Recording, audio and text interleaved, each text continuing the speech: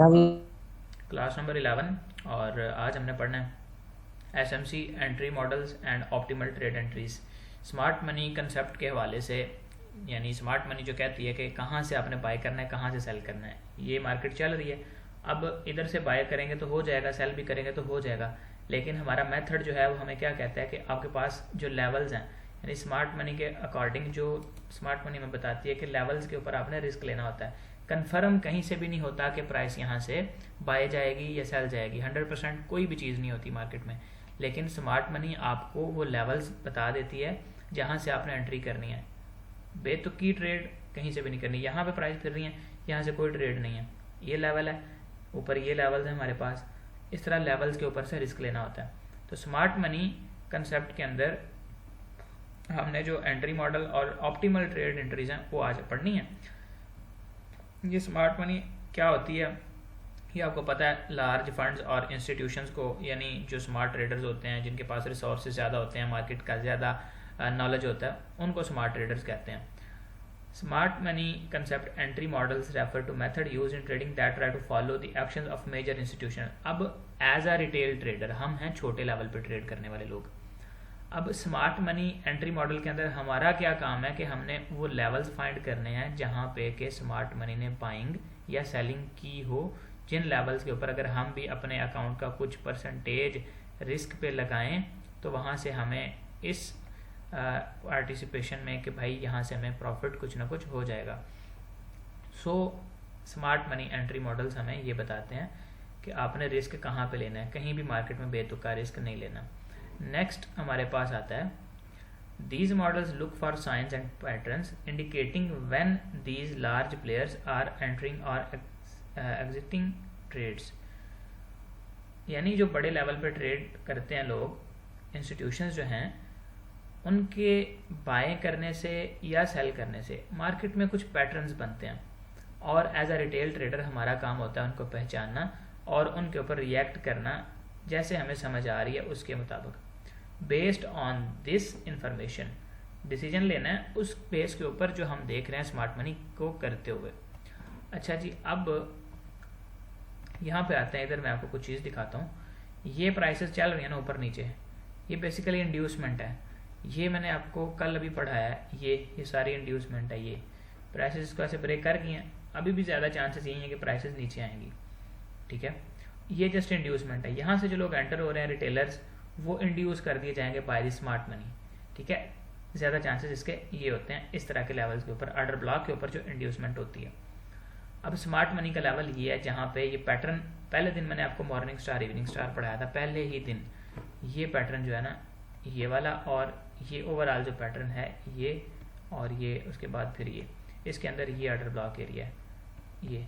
अब इस तरह से भी यहाँ तक, मतलब इस तरह से, और इस तरह दोबारा इस तरह का भी कुछ यहाँ पे एक्सपेक्ट किया जा सकता है। When price reaches those levels, कुछ नहीं करना होता हमने, पहले प्राइस यहाँ पे चली जाए, ऐसे कर दे ऐसे कर दे, कोई फ़र्क नहीं पड़ता, हमारे लेवल पे आएगी, उसके ऊपर हम देखेंगे कि प्राइस हमारा मतलूबा साइन बना रही है, रिस्क लेंगे कुछ, इस लेवल पे आएगी, यहाँ से हम अपना कुछ रिस्क लेंगे अकाउंट का कुछ परसेंटेज, जहाँ से हम एंटिसिपेट करें कि we can make some profits.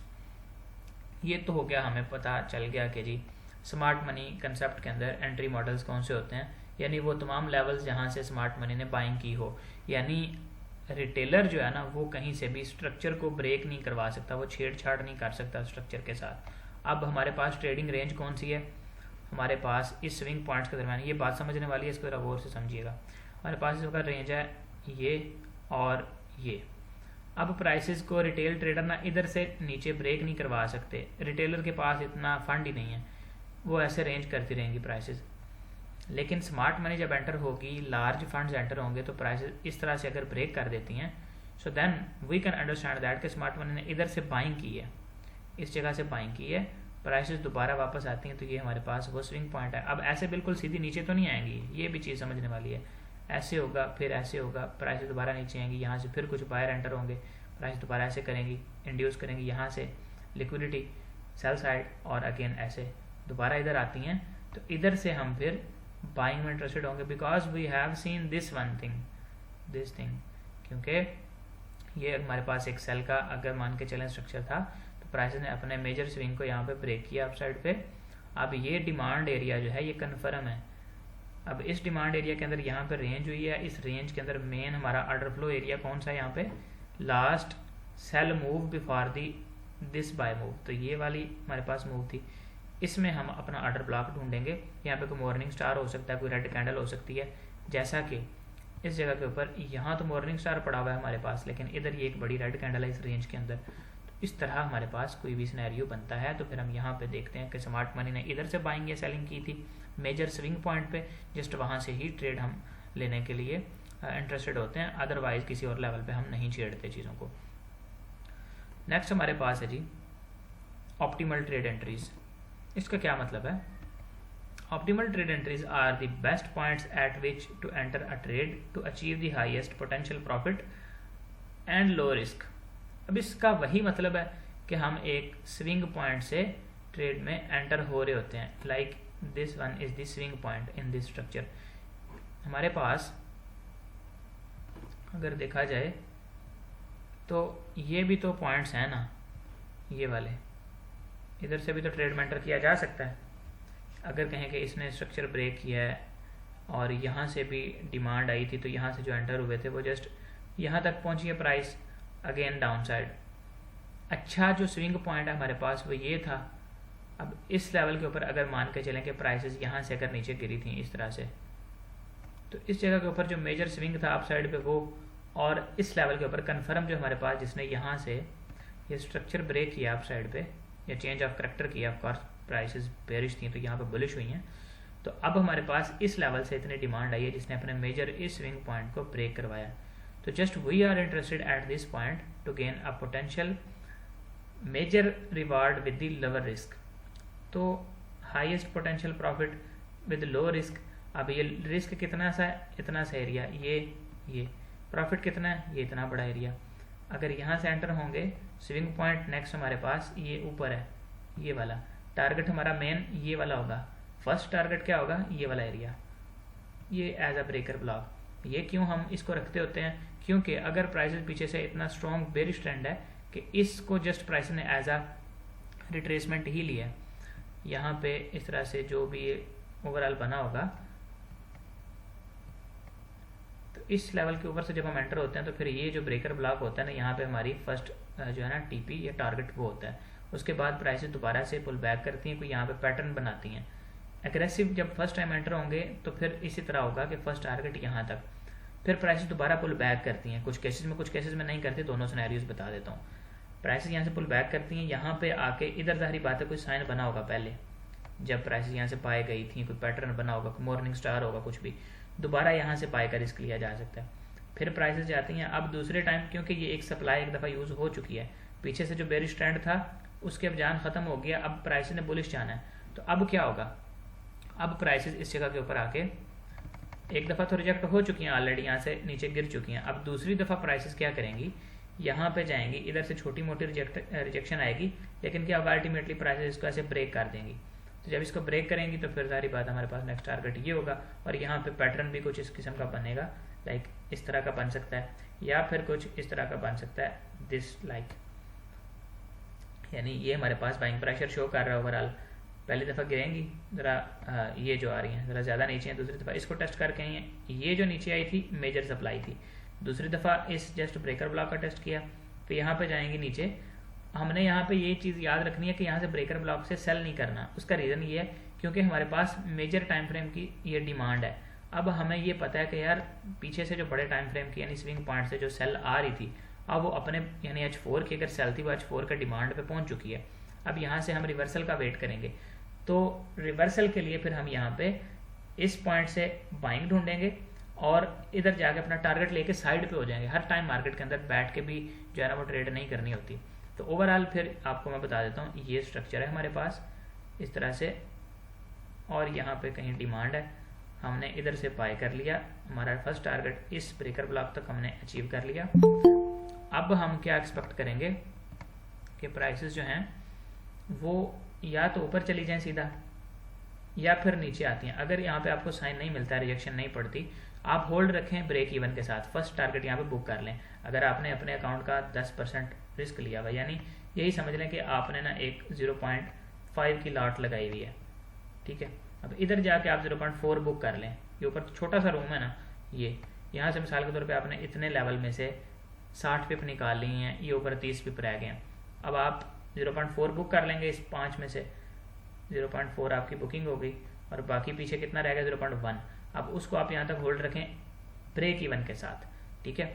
अगर प्राइस यहाँ से नीचे गिरती हैं, अब ये सोच के यार ये ब्रेकर ब्लॉक है, सेल कर दूँ, सेल नहीं करना।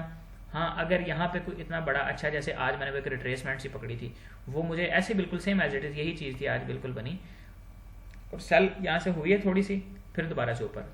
इस तरह का कुछ सिनेरियो बन सकते थे जब प्राइसेस बड़े टाइम फ्रेम के डिमांड एरिया को टेस्ट करके जा रही होती हैं। लाइक मैं आपको वो लाइव एग्जांपल अभी दिखा देता हूँ जो आज हुआ था मार्केट के अंदर। यहाँ पे M30 के अंदर था शायद कुछ, तो ये M30 है हमारे पास, और M30 में ये वाली कैंडल थी शायद, this one I think so, और इसकी बेस के ऊपर सेलिंग की थी, ये थी ये वाली, और इसकी बेस पे सेलिंग की थी। प्राइस ने क्या किया, यहाँ पे थोड़ा सा नीचे गिरी है, अगेन ऊपर। तो इस तरह का सिनेरियो बनता होता है जब आप एक रिट्रेसमेंट की बेस के ऊपर सेल कर लें। यहाँ पे थी मेरे ख्याल से ये वाली कैंडल है, वो ये है जब प्राइसेस यहाँ से बाय किया, इधर तक गई, इस लेवल को उन्होंने अचीव किया, और ये हमारे पास ये था टारगेट, ब्रेकर ब्लॉक जो था ना वो ये वाला था। अब यहाँ से सेल तो कर दिया, लेकिन प्राइसेस ने क्या किया, उसको ब्रेक कर दिया। यहाँ से ये वाली कैंडल देकर सेल किया, तकरीबन 10-15 पिप आए थे। अभी कुछ क्लोज की थी, कुछ का एसएल लगा हुआ था, और ये तकरीबन नो प्रॉफिट नो लॉस में, कुछ का एसएल लग गया, कुछ में प्रॉफिट। तो ये तकरीबन समझ लेंगे ब्रेक इवन पे ये वाली एंट्री गई, क्योंकि इसमें एक्सपेक्टेशन क्या थी कि प्राइसेस यहाँ तक आएंगे नीचे, अपने इस एरिया तक दोबारा टेस्ट करने, कम से कम ये वाला जो इनका लेवल है यहाँ तक आएंगी, ये जैसा कि अब आई हैं और यहाँ से अब दोबारा उठ रही हैं। तो एक्सपेक्टेशन ये थी कि प्राइसेस इस तरह से करेंगे, बट ऐसा नहीं होता, प्राइस ऊपर चली जाती हैं, इसको ब्रेक कर देती हैं। तो इसलिए बेस्ट ये होता है कि स्विंग पॉइंट्स के ऊपर से ट्रेड देखी जाए, और ये जो ब्रेकर ब्लॉक्स होते हैं इन पे जाके अपना जो है वो प्रॉफिट टेकिंग वगैरह करके और सुकून से बैठा जाए। जैसा कि यहाँ से अगर किसी ने बाइंग की, ये ब्रेकआउट स्ट्रक्चर देखने के बाद इधर से बाय किया, simple like if we do this, ये breakout structure shorter time frame के अंदर M5 में, और उसके बाद ये M5 में ब्रेकअप स्ट्रक्चर हो गया था ना, यहाँ पे क्लोजिंग हो गई थी, प्राइस नीचे यहाँ से बाय किया, टारगेट अपना यहाँ पे जस्ट लेके निकल जाना है 3 पे 2403 पे। अब प्राइस ऊपर जाएं ना जाएं उसे फ़र्क नहीं पड़ता, यहाँ पे ब्रेक इवन करके रखना है। अब इसको ये जनाब ऊपर जाके क्लोज करती हैं, ब्रेकआउट भी देती हैं, लेकिन अगेन दोबारा से ब्रेक इन हो जाता है जी। अच्छा, यहाँ पे जब उसने 5 मिनट वाली कैंडल ने क्लोजिंग दी है, तो ये लिक्विडिटी स्वीप भी तो हो सकती है, ये कैसे कंफर्मेशन होगी? ये वाली असल लिक्विडिटी खाने स्वीप गई हुई हमारी? है, ये वाली नहीं, जब ये ऊपर ये ब्रेकआउट कर रही है, ये फर्स्ट ये वाला ग्रीन कैंडल जो है इसकी, ब्रेकआउट के लिए ना, पीछे जो नहीं देखें ना कैंडल कितनी क्लोज हुई है। यहाँ पे ये देखें, 1 कैंडल 2 3 4 कैंडल क्लोज हैं इसके ऊपर, आपको नजर आ रहा है क्लियर? ये वाला ये देखें ना, यहाँ से ये कैंडल क्लोज हुई है पहली, और उसके बाद दूसरी कैंडल, तीसरी, चौथी, 4 कैंडल क्लोज हैं उसके ऊपर, इस लेवल के ऊपर 4 कैंडल क्लोज हैं। और ये वाली कैंडल देखें, ये तकरीबन अच्छी खासी इसमें बाइंग हुई है ये वाली कैंडल में, तो इसलिए ये एक वैलिड ब्रेकआउट माना जाएगा, क्योंकि इस लेवल के ऊपर से तकरीबन 4 कैंडल क्लोज हैं, M5 की क्लोज हैं फिर, तो इस वजह से ये वैलिड ब्रेकआउट स्ट्रक्चर इसको माना जाएगा, ये वाला जो है। क्लियर? ठीक है जी। अच्छा, ये तो हो गई लाइव कुछ बातें। अब हम अपने जो एंट्री के मॉडल्स हैं उनको देखते हैं कि एंट्री मॉडल्स बनते किस तरह से और क्या उसमें एक्सपेक्टेड होता है।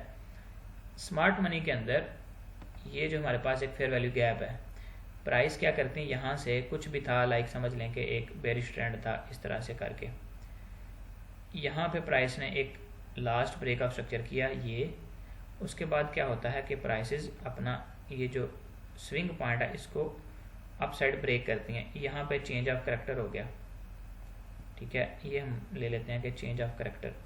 अब प्राइसेस दोबारा नीचे आती हैं, इस जगह पे कहीं पे इन्होंने फेयर वैल्यू गैप छोड़ा हुआ था, और कुछ इस तरह का भी पैटर्न हो सकता है यहाँ पे छोटे टाइम फ्रेम के अंदर कि प्राइसेस इस तरह से ये और ये यहाँ पे इस तरह का पैटर्न भी हो सकता है कि एक ब्रेकआउट स्ट्रक्चर हुआ हो इस तरह के इस ऑर्डर फ्लो से। तो एक बड़े टाइम फ्रेम में फेयर वैल्यू गैप है, छोटे टाइम फ्रेम के अंदर इस तरह सा एक छोटा ऑर्डर ब्लॉक है छोटे टाइम फ्रेम का, ठीक है। तो यहाँ पे हम फिर क्या करेंगे, इधर से बाइंग एक्सपेक्ट कर सकते हैं। एक दफ़ा चेंज ऑफ करेक्टर हो गया, इस तरह ये कन्फर्म है। असल में हमारे पास मेजर जो स्विंग पॉइंट है वो ये वाला है, लेकिन क्या है कि इधर अगर छोटे टाइम फ्रेम के अंदर कोई ऑर्डर ब्लॉक इस तरह से बना हुआ है तो फिर हम क्या कर सकते हैं, लाइक इंड्यूसमेंट भी तो होती है ना, स्मार्ट मनी क्या करती है, मल्टीपल टाइम फ्रेम एनालिसिस हमने इसीलिए सीखा था ना कि यहाँ पे ये सीधी इस तरह से वेव तो नहीं है, ये कुछ इस तरह से होगा, इस तरह से। और जब प्राइस यहाँ से ऊपर जा रही थी तो ऑफकोर्स यहाँ से एक दफ़ा नीचे को इस तरह गिरी है और फिर ऊपर, तो जो ये वाला ब्रेक ऑफ स्ट्रक्चर हुआ है छोटे टाइम फ्रेम के अंदर ये ऑर्डर ब्लॉक है ये एरिया, और बड़े टाइम फ्रेम के अंदर ये एरिया हमें फेयर वैल्यू गैप नज़र आ रहा है। अब छोटा टाइम फ्रेम ये M5 हो सकता है और बड़ा टाइम फ्रेम ये H1 हो सकता है, ठीक है। और यहाँ पे फेयर वैल्यू गैप बना, हम इसको देख के इंटरेस्टेड हुए, यहाँ पे एरिया देखा, वापस प्राइसेस इधर आती हैं तो फिर हमने क्या करना है, प्राइसेस इधर आई, जो लास्ट प्राइस ने इस तरह लो लगाया लाइक इस तरह से। अब हम इस लेवल के ऊपर कन्फर्मेशन किस तरह करेंगे, ये जो वेव आई है ना, अब कन्फर्मेशन की इसकी बात हो रही है। पहले तो हमने ये फेयर वैल्यू गैप का पता चला लिया कि ये यहाँ पे एक्चुअल में हुआ क्या है, इस लेवल के ऊपर छोटे टाइम फ्रेम में एक ऑर्डर ब्लॉक पड़ा हुआ है। अब इधर हमने जो ये वाली वेव नीचे आ रही है ना, इसमें क्या देखना है कि प्राइस ऐसे आई है, ऐसे ऊपर दोबारा नीचे, तो ये जो दोबारा नीचे जिसमें जो लास्ट पॉइंट ऑफ सप्लाई होगा ना, फिर हमने वेट करें कि प्राइस इसके ऊपर जाके हम 1 में कम से कम क्लोज करें। लेवल हमारे पास ये H1 का निकला पड़ा है, ठीक है, एक ये भी लेवल निकला पड़ा है। अब हमने कोशिश ये करनी कि यहाँ से छोटा सा रिस्क लें अपने अकाउंट का, मतलब एक लाइक अगर $1000 का अकाउंट है आपका, 0.05 आप उस पर लगाते हैं, 0.1 लगाते हैं, 15-20 पिप का आपका स्टॉप लॉस बनता है, तो स्टॉप लॉस लगा के एक रिस्क आप यहाँ से ले सकते हैं, एक रिस्क यहाँ से ले सकते हैं। अब ये नहीं होता कि यहाँ से रिस्क लिया हुआ है और इस एंटिसिपेशन में बैठे रहें कि इधर आएगी तो इधर से ऐसे रिवर्स होनी है तो चलो इसको भी होल्ड करते हैं और इधर से जाएगी तो यहाँ से मजीद लगा लेंगे, ऐसे नहीं करना होता। इधर से एक रिस्क लेना है, 20 पिप का, 15 पिप का, लाइक यहाँ से आपने रिस्क लिया। अब किस बेस पर रिस्क लेना है कि प्राइसेस जैसे यहाँ पे नीचे आई हैं, ऐसे लो लगाया लास्ट, उसके बाद ये होगा जब इसके ऊपर क्लोजिंग हुई है, आप यहाँ से बाय कर सकते हैं M1 के अंदर, या फिर आप इस तरह प्राइस के थोड़ा सा पुल बैक करने का वेट करें और यहाँ से इस तरह बाय कर लें और इसके नीचे आपका स्टॉप लॉस होगा जब ये चेंज ऑफ करेक्टर हो गया। जैसे कि ये हमारे पास एक अप साइड पे चेंज ऑफ करेक्टर हुआ है, यहाँ से अगर इस तरह से ट्रेंड बेरिश था तो फिर हम क्या करते हैं कि प्राइस के पुल बैक करने का वेट करते हैं। इस पूरी एक्सपेंशन में जो 50% का एरिया होता है ना, इस पूरी एक्सपेंशन में 50% का एरिया होता है यहाँ पे। जी यहाँ पर फेयर वैल्यू गैप में भी कुछ साइन बाय का नजर आए फिर ही एंट्री लगाने, या कि बस आंखें बंद करके किसी भी लेवल से एंट्री लगानी नहीं है आपने। कोई भी आपको कहे ना कि इस लेवल पे प्राइस आए तो एंट्री लगा देना, नहीं लगानी जब तक कि वहां पे कोई आप साइन ना देखें। हो सकता है प्राइस लेवल के आपको ऐसे ब्रेक कर दे, हमें क्या पता है, बिल्कुल उसके लिए यहाँ पे साइन देखना होता है। और साइन मैंने आपको बताया ना कि ये जो वेव नीचे आ रही है ना, ये वाली वेव नीचे, अच्छा सर भाई साइन, जी असद भाई आपने क्लोजिंग का कुछ बता रहे थे, वो दोबारा रिपीट कर दें कि कैसे करें तो फेयर वैल्यू गैप में। जी बताता हूँ। ये वेव ऐसे नीचे आ रही है, अब आते आते क्या करती है, ऐसे ऊपर जाती है, फिर नीचे आती है, और यहाँ से फिर ऊपर जाती है, फिर नीचे आती है। अब लास्ट स्विंग पॉइंट कौन सा, अप साइड पे ये वाला, जहाँ से ये बिल्कुल नीचे ये वाली सप्लाई आई हुई है। जैसे इस सूरत में हमारे पास लास्ट स्विंग पॉइंट ये वाला जहाँ से ये सप्लाई आई है, ये बड़ा टाइम फ्रेम है। अब इधर छोटे टाइम फ्रेम में हमने क्या देख रहे होना है कि प्राइसेस जब इधर से ऊपर जाएंगी ऐसे, इस फेयर वैल्यू गैप में हम आके, ये H1 का फेयर वैल्यू गैप है, M1 में शिफ्ट हो गया, M1 देख रहे हैं। अब M1 में इस तरह से ये जो नीचे वेव आई हुई है इसमें कुछ इस तरह से होगा, इस तरह। अब हमने क्या देखना है कि प्राइस ने लास्ट ये लो लगाया, अब इधर से ऐसे ऊपर जाके क्लोजिंग दे दें, ये इस सप्लाई के ऊपर चेंज ऑफ करेक्टर कर दें। ये जो छोटे टाइम फ्रेम में प्राइस बेरिश हुई थी, यहाँ पे आगे दोबारा अपनी लास्ट सप्लाई के ऊपर क्लोज कर दे, क्लोज करेगी, दोबारा नीचे आएगी, यहाँ पे कोई मॉर्निंग स्टार वगैरह बना होगा कुछ भी, तो वहाँ से हम इस तरह बाय कर लेंगे, स्टॉप लॉस इधर होगा, और यहाँ से फिर हम दोबारा ये फर्स्ट टारगेट हमारा एक्सटर्नल जो ये हाई होता है ये वाला होगा, ठीक है। और ये पैटर्न भी अगर आप देखें तो ओवरऑल एक इनवर्स हेड एंड शोल्डर वाला पैटर्न बनता है, लाइक ये, जैसा कि यहाँ पे ये बना हुआ है इस तरह। ठीक हो गया जी। बड़े टाइम फ्रेम के फेयर वैल्यू गैप के अंदर प्राइसेस आके किस तरह से करेक्टर चेंज करें, तो हमने यहाँ से बाइंग करनी है। ये फर्स्ट हमने जो है ना वो एक क्राइटेरिया पढ़ा है। इनमें से सबसे बेस्ट और माय फेवरेट कौन सा है, वो ये वाला है और ये वाला है, ठीक है। ये इतना मैं रिकमेंड नहीं करता आपको। अच्छा जी, मेथड है एसएमसी के अंदर मॉडल्स में, मैंने आपको बता दिया। ब्रेकर ब्लॉक, ब्रेकर ब्लॉक क्या होता है, बेसिकली ब्रेकर ब्लॉक ये वाला एरिया, जैसे इस सूरत के अंदर हमारे पास ये एक ब्रेकर ब्लॉक था। अब यहाँ पे हमारे पास क्या है कि प्राइसेस अपने इस स्ट्रक्चर लेवल से काफ़ी ऊपर चली गई हैं। यानी कुछ औकात प्राइसेस क्या करती हैं, किसी भी लेवल को, जैसे मैंने आपको लाइव मार्केट में दिखाता हूँ, प्राइसेस ना किसी भी एरिया को बड़े मोमेंटम के साथ ना ब्रेक कर देती हैं काफ़ी ज़्यादा। लाइक ये हमारे पास क्या चल पड़ा है, अच्छा जी। अब यहाँ पे देखते हैं हमारे पास कोई ब्रेकर ब्लॉक हमें नज़र आए किसी बड़े टाइम फ्रेम में, देखते हैं, और जिसको प्राइसेस ने मोमेंटम के साथ ब्रेक किया हो, तो वो इस सूरत में हमारे पास यहाँ पे नज़र आ रहा है हमें एक ये वाला, जिस पे शायद कल हमने ट्रेड की थी इस ब्रेकर ब्लॉक पे, ये वाला जो है, इसको मार्क करते हैं, ये इसको प्राइसेस ने मोमेंटम के साथ नीचे ब्रेक किया हुआ है। अब यहाँ पे क्या होता है कि प्राइसेस ऊपर जाती हैं ये, और दोबारा नीचे, और फिर एक और चीज़ मैंने आपको बताई हुई है, इवनिंग स्टार टाइप, ये इवनिंग स्टार बना हुआ है यहाँ पे। प्राइसेस ने जस्ट इसी को डोजी कैंडल को, मैंने आपको ये भी बताया था कि डोजी कैंडल के ऊपर आपने एंट्री लेनी होती है। प्राइस ने टेस्ट किया और यहाँ से 100 पिप मिले हैं, 100 से भी शायद ज़्यादा। ये कितने पिप आए हैं, यहाँ से इधर से देखा जाए तो ये कितने हैं, ये वाला टारगेट था हमारा, प्राइस उससे भी नीचे गई हैं। तो खैर ये हमें 100 तकरीबन ये बनते हैं जनाब 140 पे बनते हैं, और इसमें स्टॉप लॉस कितना था, ये इस डोजी कैंडल के ऊपर ये तकरीबन कोई बनता होगा, ये असल में इस कैंडल के ऊपर होता है। लेकिन जब इस तरह का सिनेरियो हो ना, इस कैंडल की विक बड़ी हो, तो हम डोजी कैंडल के ऊपर रख लेते होते हैं, और इधर से हमारा स्टॉप लॉस जनाब ये बनता था 30-40 पिप का। अगर इसके ऊपर भी लगाएं तो ये तकरीबन हमारा 70 पिप का स्टॉप लॉस था। तो 70 पिप का स्टॉप लॉस भी अगर इसको दें तो 140 पिप हमने निकाला, तो 2RR ये फिर भी बनती है। तो ये एक चीज़ हो गई। अब ब्रेकर ब्लॉक का आपको बता रहा था, तो ये हमारे पास क्या है, ये एक डिमांड का एरिया था।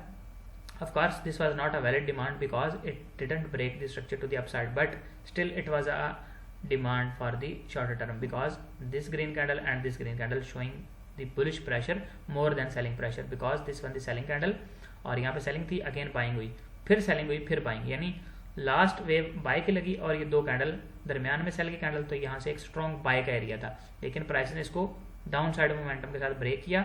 Now this will react as a resistance and prices shows what exactly I said, यहाँ से प्राइसेस डाउन साइड। और ये दो चीज़ें हमने यहाँ पे देख ली हैं। ब्रेकर ब्लॉक एंट्री मॉडल ये होता है, इसको इस पिक्चर में देखते हैं। और ये मोमेंटम के साथ का मतलब क्या है, मतलब बड़ी बड़ी कैंडल्स बना के मोमेंटम के साथ ये कि वहाँ पे आगे बिल्कुल कोई रिजेक्शन शो ही नहीं की, जैसे किसी लेवल के ऊपर जाके प्राइसेस रिजेक्शन शो करते हैं ना, जैसे यहाँ पे ये हमारे पास लेवल था, ये अगर देखा जाए तो ये एक सपोर्ट का लेवल इसको मान के चलते हैं कि जी ये हमारे पास एग्जैक्टली तो यही थी ना सपोर्ट। हमें तो नहीं पता था कि प्राइस ने नीचे जाके इधर से सपोर्ट लेनी है, इस फेयर वैल्यू के आपको फिल करना है, ये वाले को हमें नहीं पता था। हमें जो नज़र आ रहा है हम उसको देख के चल रहे हैं, इतना हमारे पास ये सपोर्ट कर रहा था। बट प्राइस ने क्या किया, यहाँ पे देखा जाए तो इधर आके इस टारगेट को एक दफ़ा हिट किया है, यहाँ से प्रॉफिट टेकिंग हुई है। प्रॉफिट टेकिंग की वजह से ये मॉर्निंग स्टार बना इधर, ये देखा जाए ये डोजी कैंडल है और ये अगली इनगल्फिंग कैंडल है। But here we can exactly see price ने लिक्विडिटी स्वीप की है, अगेन अपसाइड गई है, और मोमेंटम इसको कहते हैं कि यहाँ पे प्राइस ने कोई रिजेक्शन ही शो की, लेकिन यहाँ पे इस लेवल के ऊपर आके ये रिजेक्शन शो हुई है हमें, ये एक डोजी कैंडल बनी है, जिसका मतलब होता है कि लेवल के ऊपर आके प्राइसेस रिजेक्ट हो रही हैं। अगर बाय का लेवल है तो यहाँ से ये नीचे इतनी लंबी विक लगी है, तो इसका मतलब है कि यहाँ से बाइंग हुई है। बाइंग मतलब सेल में प्रॉफिट टेकिंग हुई है या कुछ नए बायर्स एंटर हुए हैं, इनमें से कुछ भी हो सकता है। वापस यहाँ पे आते हैं। ब्रेकर ब्लॉक का कंसेप्ट मैंने आपको लाइव मार्केट में दिखाया, and now here we can see right here clearly कि प्राइसेस ने ये एक सेल साइड का एरिया था, यानी यहाँ पे ब्रेकअप स्ट्रक्चर बेरी साइड पे हुआ है।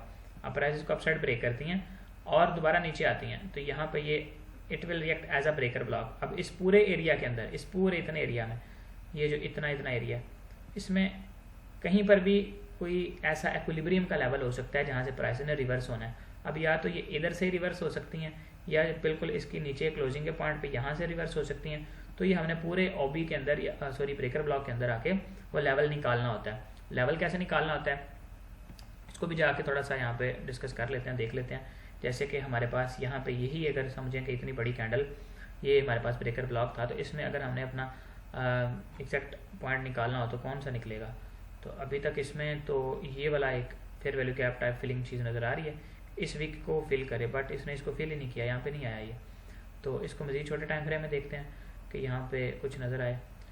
ब्रेकर ब्लॉक के अंदर बेसिकली यही होता है कि कुछ हमें एरिया मिल जाए, कुछ लेवल्स नज़र आ जाएँ। तो इसमें ये नज़र आ रहा है हमें, ये वाली जो कैंडल है यहाँ तक, ये एक कैंडल इसमें ये, क्योंकि देखें तो ये पहले रेजिस्टेंस ही यहाँ पे, अगर मैं इसको थोड़ा सा आपको क्लियर करके दिखाऊँ ना, तो क्या होगा कि प्राइसेस ने पहले इस लेवल को रेजिस्टेंस बनाया हुआ था, यहाँ से ये जनाब नीचे को रिजेक्ट हो रही थी इस लेवल से, फिर इसको मोमेंटम के साथ ब्रेक किया, फिर दोबारा नीचे इसी को टेस्ट करके ऊपर गई, यहाँ से ही ब्रेक ऑफ स्ट्रक्चर किया, तो फिर ये वाला एरिया हमारे पास इंपॉर्टेंट हो जाता है इन विक्स के नीचे, ये जो कैंडल्स हैं इनकी बॉडीज़ के नीचे और इस विक के ऊपर इतना एरिया हमारे पास अब निकल आया इस इतने बड़े ब्रेकर ब्लॉक के अंदर से।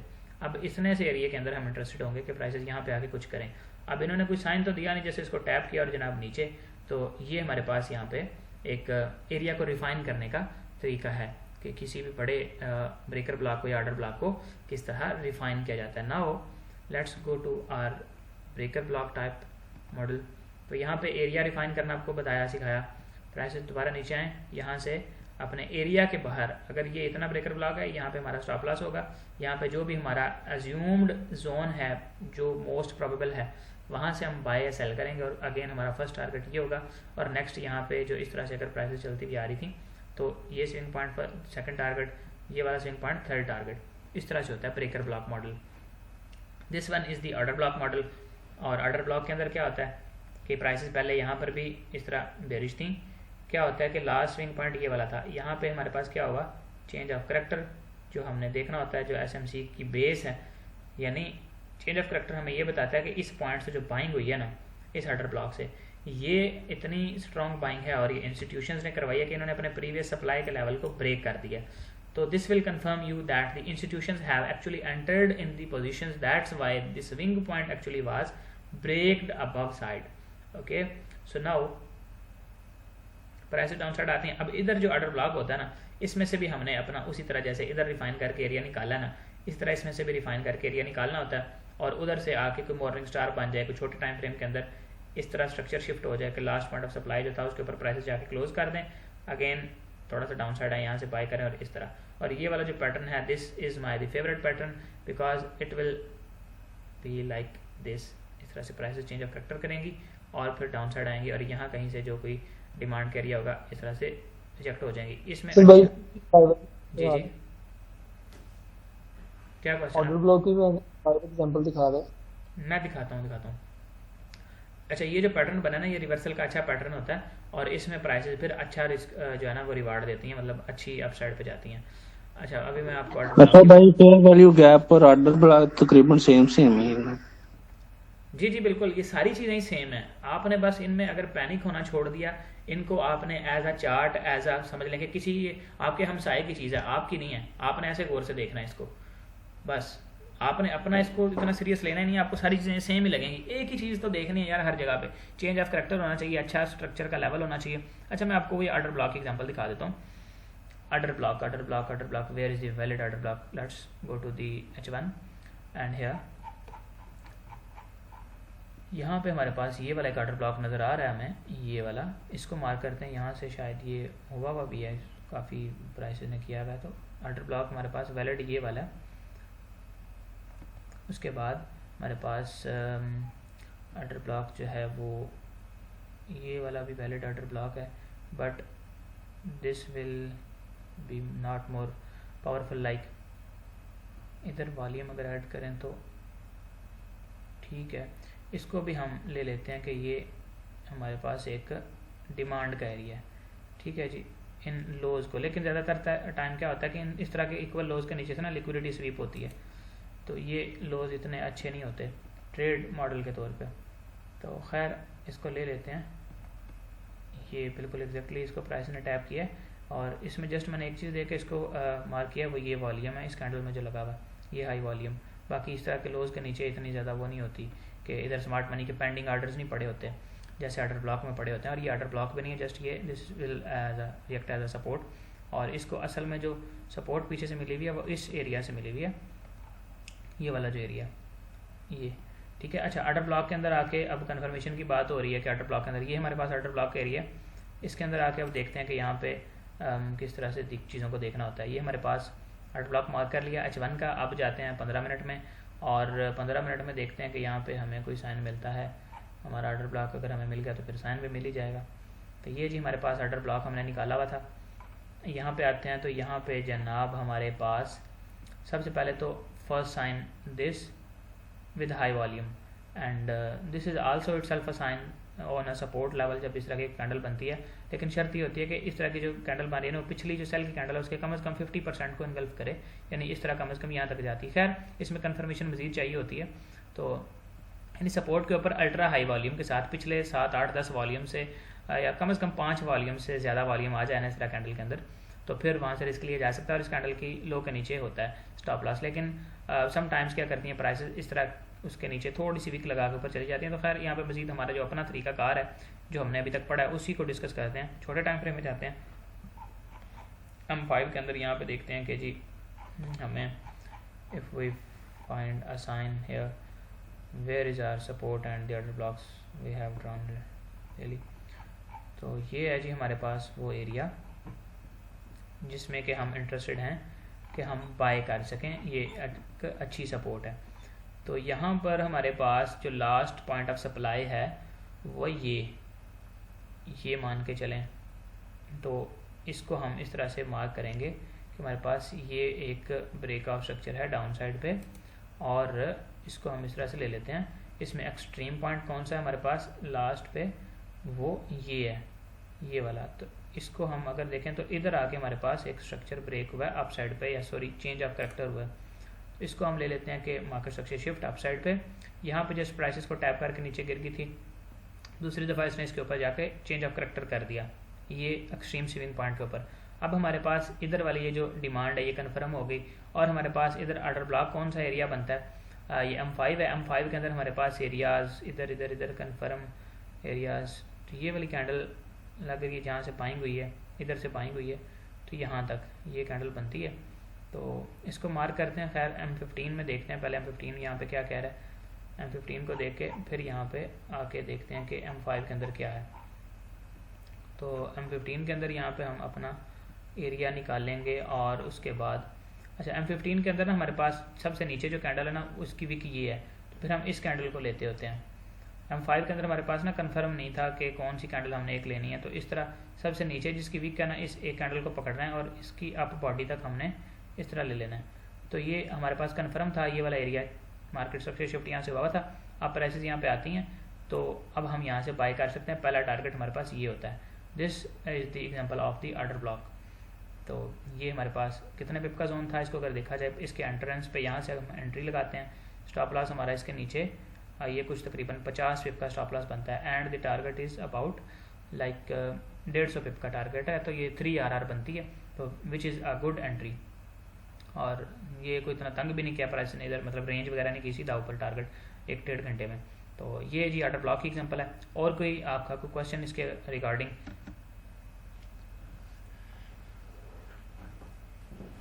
नेक्स्ट ये देखते हैं हमारे पास ये, जैसा कि अभी मैंने आपको दिखाया कि ये हमारे पास यहाँ पे प्राइसेस आती हैं, तो ये पिछले बड़े टाइम फ्रेम की सपोर्ट थी। ये यहाँ पे हम जस्ट एंटर होते ही बाय कर देते हैं, ठीक है। सर इसकी वीक को क्यों लिया हमने, इसकी रीजन क्या है?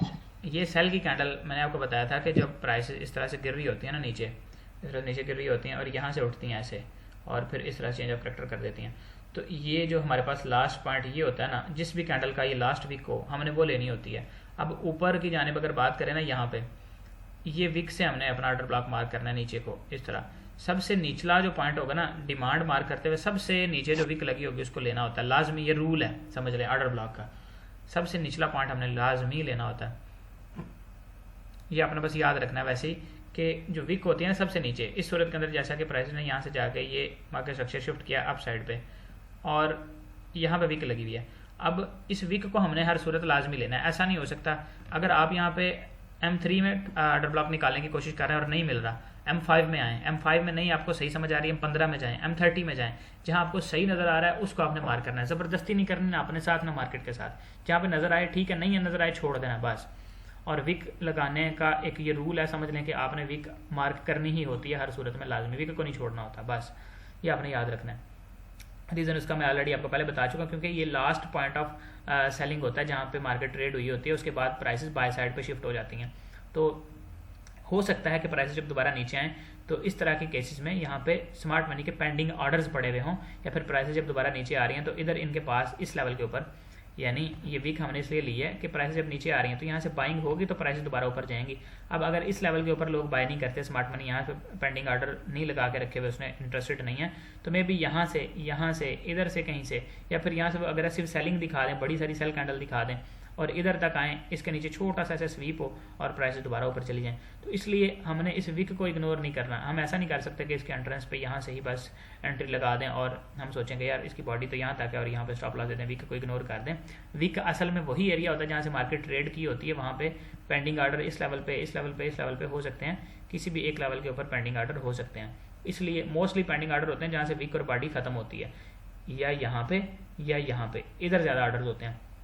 अब होने को इधर भी हो सकते हैं, इधर भी हो सकते हैं। अब हर सूरत में ऐसे नहीं होता कि मार्केट में ज़्यादातर बाइंग होगी या ज़्यादातर सेलिंग होगी।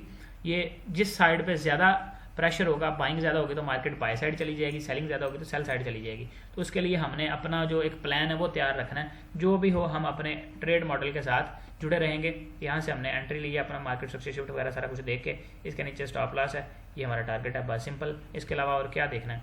अब तो अपने जहन पे वही डालने वाली बात ही है ना, अगर मजीद चीज़ों को देखना है। और ज़्यादा देर चार्ट अगर देखेंगे तो वो भी आपको कन्फ्यूज ही करेगा। थोड़ी देर ही देखा करें, आधा घंटा देखा बस ठीक है, छोड़ दिया। अच्छा खैर, मैं तो क्या करता हूँ कि एक दफ़ा देखा, एनालाइज किया, ट्रेड लगाई है, छोड़ दिया बस। और कभी कभार ऐसा होता है कि उसको बार बार देखना पड़ता है, जैसा आज की सूरत हाल थी। लेकिन मोस्टली यही होता है कि जब मार्केट अच्छी चल रही हो तो फिर आप ट्रेड लगाएं, SLTP वगैरह सेट करें और छोड़ दें। अच्छा, यहाँ पे हमारे पास अभी एग्रेसिव तरीकाकार ये होता है कि प्राइसेस वहाँ पे पहुँचे आप फ़ौरन एंट्री लगा दें। लेकिन अब कंजर्वेटिव तरीका ये है कि इसके अंदर जैसे मैंने आपको बताया कि प्राइस ये जा रही थी, ये वाला जो ये बना हुआ है ना, ये वाली वेव है, ऐसे इसमें इस तरह से प्राइसेस ऊपर जा रही थी, इस तरह से ये लास्ट हाई लगा इधर से, अब प्राइसेस नीचे आती हैं, इस हाई के नीचे क्लोज करती हैं, दोबारा ऊपर जाती हैं, तो यहाँ से फिर जो हमारे पास इवनिंग स्टार वगैरह बना हुआ है, यहाँ से हम सेल करेंगे। ये बिल्कुल same as it is model है, इसका आप स्क्रीनशॉट ले सकते हैं, which will help you allot.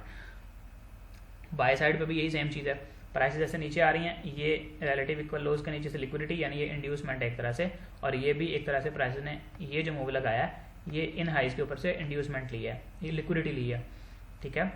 और यहाँ से प्राइस ने इनके नीचे से लिक्विडिटी ली है, डाउन आती है, और यहाँ से हाई टाइम फ्रेम की डिमांड से प्राइसेस बाय होती हैं। और इसमें ये वाली जो हमें चीज़ दिख रही है, इसमें ये वाला सिनेरियो बना हुआ है M1 के अंदर, M3 के अंदर, यहाँ पे किसी भी टाइम फ्रेम आप कंफर्म कर सकते हैं। इधर जब बड़े टाइम फ्रेम की डिमांड पे प्राइसेस आ जाएं, इस तरह लिक्विडिटी वगैरह स्वीप करके अपने सारे क्राइटेरिया को फुलफिल करते हुए, फिर आपने लास्ट पे जो कंफर्मेशन लेनी होती है वो ये एरिया होता है, ये सिनेरियो होता है। इसमें देखें ना, ये और फिर ये शोल्डर है और फिर ये हेड है, इनवर्स हेड एंड शोल्डर बना हुआ है। इसमें ये वाला देख लें, ये बना हुआ है, तो ये पैटर्न बड़ा काम का है जो ज़्यादातर बनता है मार्केट के अंदर। और ये चेंज ऑफ करेक्टर के बाद हम दोबारा प्राइस नीचे है तो इस मॉर्निंग स्टार वगैरह के पैटर्न से यहाँ से बाइंग। असद भाई टारगेट इसका M1 का ही देखेंगे या H1 का देखेंगे? नो, बिल्कुल ग्रेट क्वेश्चन। बस M1 का टारगेट नहीं देखेंगे, इसका M1 के अंदर यहाँ से एंट्री ढूंढेंगे, M1 के हिसाब से स्टॉप लॉस देंगे, और जो टारगेट है पहला वो ये स्विंग पॉइंट होगा, ये वाला, ठीक है। H1 का ये टारगेट होगा? H1 का, बिल्कुल H1 के एरिया से, ये डिमांड H1 की है ना, तो हम एंटर होंगे H1 के ही लेवल से, लेकिन कंफर्मेशन क्या करेंगे M1 के अंदर जाके। इस वजह से मार्केट हमेशा छोटे टाइम फ्रेम से बड़े टाइम फ्रेम की तरफ शिफ्ट होती है। पहले M1 का स्ट्रक्चर शिफ्ट होगा, फिर M5 का होगा, M3 का, M15, M30, इस तरह। तो बस यहाँ से एंटर होके फर्स्ट टारगेट ये, सेकंड टारगेट ये, स्विंग पॉइंट थर्ड ये, और अल्टीमेट जो हमारा टारगेट होता है ना, अगर मार्केट यहाँ से बुलिश है इस तरह से, तो फिर जो हमारा टारगेट होता है पहला, वो आप ये भी रख सकते हैं फर्स्ट टारगेट। लेकिन अगर बहुत ज़्यादा रेंज है तो फिर उसके कंटेक्स्ट के हवाले से आप अपना फर्स्ट टारगेट इसी को रखें, ब्रेक इवन कर दें। उसके बाद फिर मार्केट कुछ भी करती है इस तरह से, आपको फिक्र नहीं होनी चाहिए। तो फिर आप बस यहाँ पे अपना ब्रेक इवन सेट करें और इस हाई पे टारगेट लगा के छोड़ दें, क्योंकि market will always go from internal liquidity to external liquidity. तो ये इंटरनल लिक्विडिटी इसने यहाँ पे ये स्वीप कर ली यहाँ पे, अब ये एक्सटर्नल इस साइड पे तो इसको लिक्विडिटी मिल गई, बाय साइड पे जाने के लिए लिक्विडिटी मिल गई। अब it will go to the external swing point like to sweep the liquidity from the buy side. इसने सेल साइड से ही सारी लिक्विडिटी स्वीप की, और उसके बाद ये जनाब ऊपर, और अब यहाँ पे एक्सटर्नल पॉइंट की जानब जाती होती है।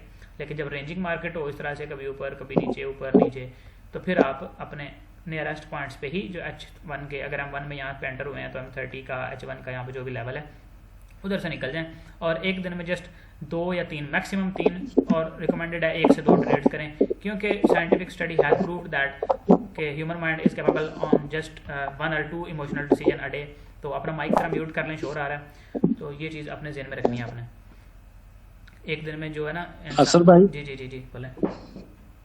माइक मैंने ऑन किया था, वो मैं ना नेट सिस्टम थोड़ा सा वीक हो गया था। मैं जो 1 आवर का आपने ऑर्डर ब्लॉक बता रहे थे, जी वो मार्केट छोटे टाइम फ्रेम में 15 मिनट के टाइम फ्रेम में स्ट्रक्चर शिफ्ट करके नीचे कौन सा साइन नीचे बना था जहाँ पर एंट्री का लग सकती, वो दोबारा माड़ा स्क्रीन दिखा दें। ये आपके सामने आपको नज़र आ रहा है ना, ये रिकॉर्डिंग भी आपको इसकी मिल जाएगी। नहीं, ये वो मैंने दूसरा लाइव चार्ट जो आप बता रहे थे वहाँ पर ऑर्डर ब्लॉक।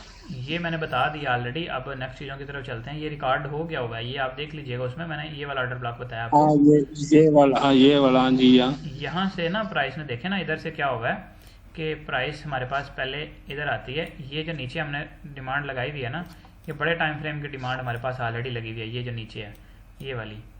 अब इधर से मैं आपको ये दिखाता हूँ, ये हमारे पास ऑलरेडी बड़े टाइम फ्रेम की डिमांड है, ये देखें ऑर्डर ब्लॉक है ये, ठीक है।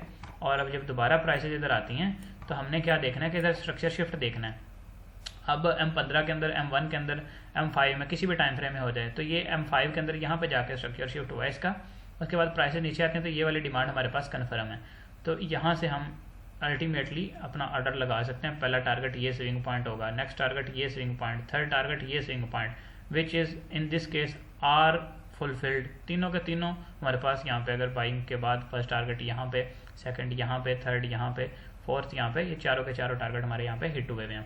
तो ये सिनेरियो होता है। जब ये टारगेट हिट हो गया फिर अपना ब्रेक इवन कर देते हैं, उसके बाद फिर चल नेक्स्ट इसी तरह से होता है। और बाकी आप वो रिकॉर्डिंग देखेंगे तो अगर कोई चीज़ नहीं भी समझ आई आपको तो वो भी आ जाएगी। और अगर कोई पर्सनल आपने पूछना हो, आप बैक टेस्टिंग वगैरह कर रहे हो, आप देख रहे हो चार्ट को, तो आप मुझसे वहाँ पे पूछ सकते हैं।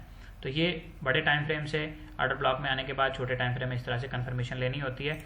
This thing is telling you what I recently told you.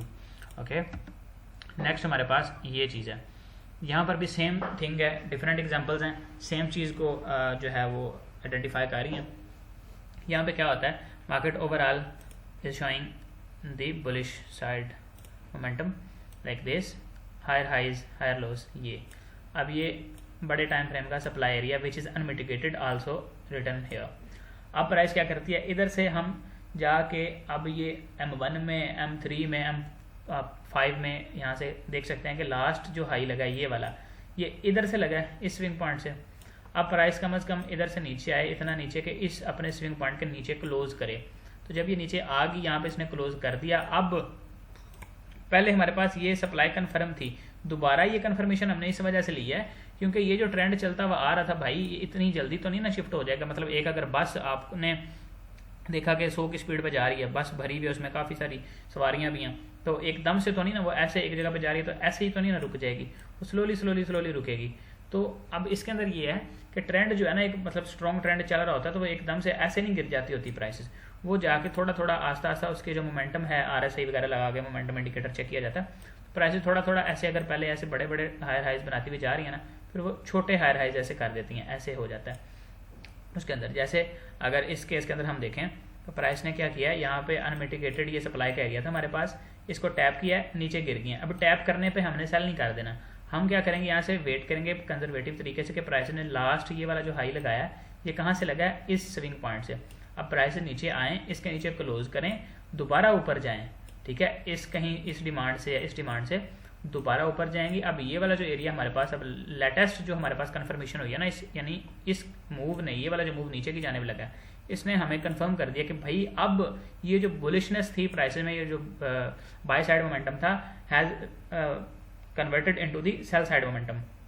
तो this successful conversion will tell us कि हम यहाँ से ये जो ऑर्डर ब्लॉक बना है यहाँ पे रिसेंट, इधर से सेल साइड पे एंटर हो सकते हैं। दोबारा प्राइसेस ऊपर जाती हैं, यहाँ पे हम एंटर होने पे ही, प्राइसेस एंटर हों तो फौरन से हम सेल लगा सकते हैं, या फिर अगर मतलब बहुत बड़ी बड़ी यहाँ पे ग्रीन कैंडल्स बनती हुई जा रही हैं तो हम फिर वेट कर लेंगे कि प्राइस छोटा मोटा यहाँ पे रिजेक्शन शो करें और फिर हम यहाँ से सेल एंट्री प्लान करें। और फर्स्ट टारगेट ये वाला होगा, सेकंड फिर ये वाले एरियाज एंड थर्ड ये वाला स्विंग पॉइंट, इस तरह से। ठीक हो गया जी। ये भी हमें वही चेंज ऑफ करेक्टर वाली ही एग्जांपल नज़र आ रही है कि हमने बेसिकली सप्लाई में पहुंचने के बाद प्राइसेस का वेट करना होता है कि लास्ट हाई या लास्ट लो जहां से लगा हो उस पॉइंट से नीचे प्राइसेस आके क्लोज करें, then we will interested in buying और selling from the recent order block. Yes, क्या क्वेश्चन है? असद भाई यहाँ पे साइन का कोई इशू नहीं होगा? बिल्कुल होगा ना, इशू क्यों नहीं होगा। अब प्राइसेस इधर से नीचे आ गई हैं, इधर इन्होंने कोई इवनिंग स्टार बनाया होगा ना, इस लेवल से अगर ये नीचे आई हैं, इधर को डोजी पड़ी होगी, इस तरह से डोजी पड़ी होगी, और उसके बाद क्या है कि प्राइसेस यहाँ पे इस तरह कोई विक लगी होगी ऊपर, और ये इस तरह की यहाँ पे इवनिंग स्टार टाइप की कैंडल होगी, कुछ भी हो सकता है। अब प्राइसेस ऊपर जाएं तो इस लेवल को टेस्ट कर रही हूँ, यहाँ से आप सेल कर दें और इसके ऊपर स्टॉप लॉस दे दें।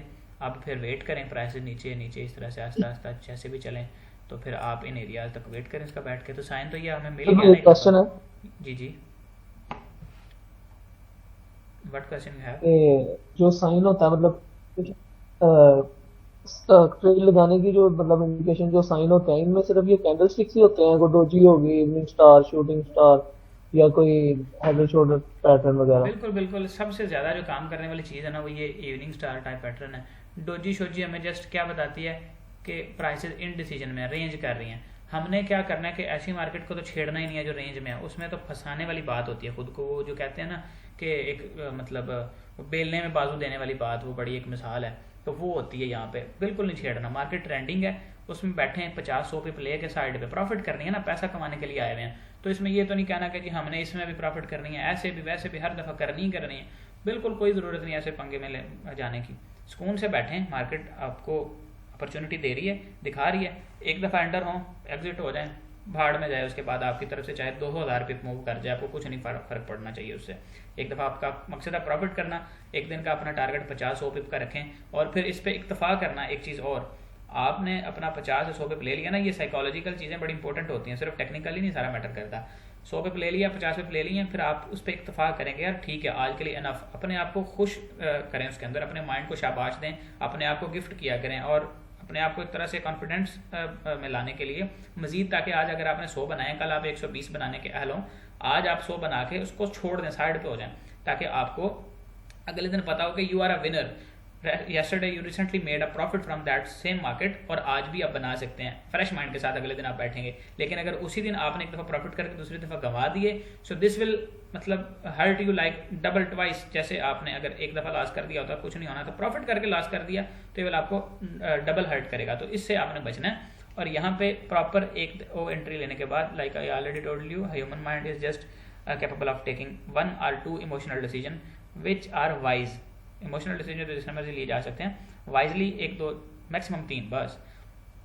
और ये चीज़ें हैं, और ये भी हमने रिसेंटली ये सीखा कि चेंज ऑफ करेक्टर के बाद ही हमने एंट्री लगानी है।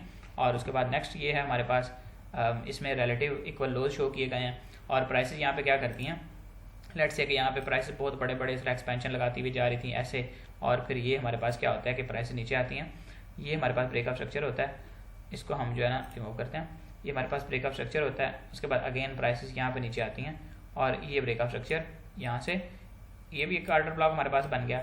यहाँ पे आती हैं प्राइसेस, साइन वगैरह दिया छोटे टाइम फ्रेम के अंदर, इस तरह से चेंज ऑफ करेक्टर किया, यहाँ से बाई कर लिया ऊपर। अब प्राइसेस दोबारा नीचे आ रही हैं। अब आप कहेंगे कि यार यहाँ पर भी तो ऑर्डर ब्लॉक पड़ा हुआ है ना, यहाँ से भी तो बाइंग की जा सकती है। अब हमें ये भी नजर आ रहा है कि रिलेटिव इक्वल लोज है, यहाँ से बाय करें, हो सकता है इधर से बाय करें, इधर तक आपको टारगेट मिल जाए, इधर तक मिल जाए। लेकिन क्या करना होगा, स्ट्रिक्टली अपने रूल्स को फॉलो करना होगा। आपको ये चीज़ नजर आ रही है, आपको ये लग रहा है कि प्राइसेस नीचे गिर सकती हैं, यहाँ से वेट करना है साइन बनने का। अगर यहाँ पर तीसरी दफा भी आके प्राइसेस इस तरह चेंज ऑफ करेक्टर कर दें, यहाँ से भी आप एंटर हो सकते हैं। लेकिन ये एग्जांपल क्या शो कर रही है कि रिलेटिव इक्वल लोज हैं, मोस्ट प्रोबेबली ये चांसेस हैं कि प्राइसेस यहाँ से लिक्विडिटी स्वीप करेंगी।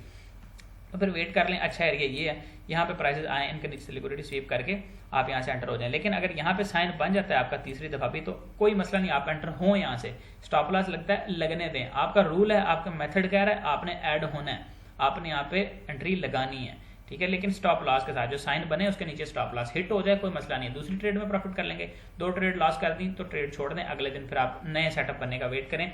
सेटअप से एक दिन में भी बड़े बन रहे होंगे, 2 सेटअप में आपका एसएल लग गया, चौथे 5 में तीसरे में आपको हो सकता है प्रॉफिट मिल जाए। लेकिन I already told you, your job is just to take 1 or 2 maximum 3 trades in a day, और जस्ट न्यूयॉर्क सेशन में ट्रेड करनी होती है।